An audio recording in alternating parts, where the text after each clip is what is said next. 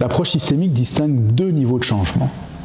Le changement de niveau 1, dont le but est de préserver l'équilibre, et qui se déroule au sein d'un système sans en modifier véritablement les règles, et le changement de niveau 2, dont le but est de permettre l'évolution du système, et qui amène à modifier la structure du système lui-même.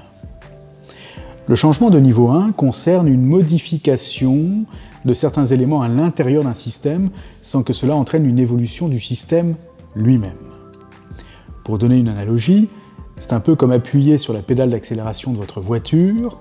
Cela permet d'augmenter sa vitesse, donc de produire un changement, sans pour autant modifier la configuration de la voiture. Un système qui n'a pas la souplesse et l'expérience, dans le sens de maturité, pour pouvoir voir et gérer les véritables enjeux, s'expose au retour en boucle de ceux-ci, ce qui entraîne une stagnation de la situation, voire une régression et amène plusieurs conséquences à moyen terme.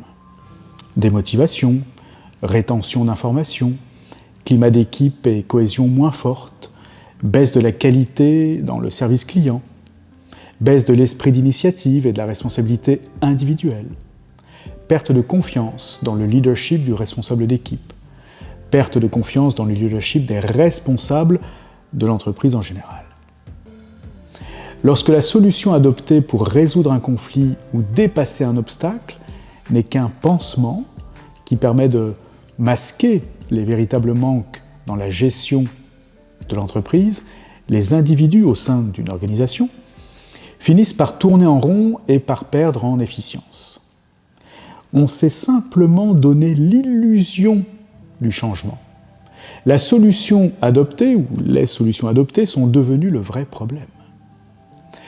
En fait, lorsque le système adopte le réflexe du chat, il ne fait que retomber sur ses pattes en continuant à fonctionner en croyant avoir préservé l'équilibre et le confort antérieur.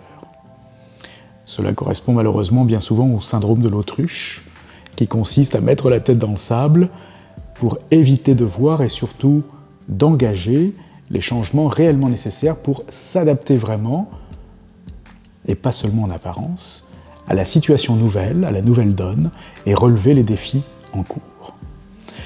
Donc seul un changement de niveau 2 permet ainsi de dénouer des crises, de franchir des étapes de croissance, de faire des choix éclairés par rapport aux défis que pose l'environnement.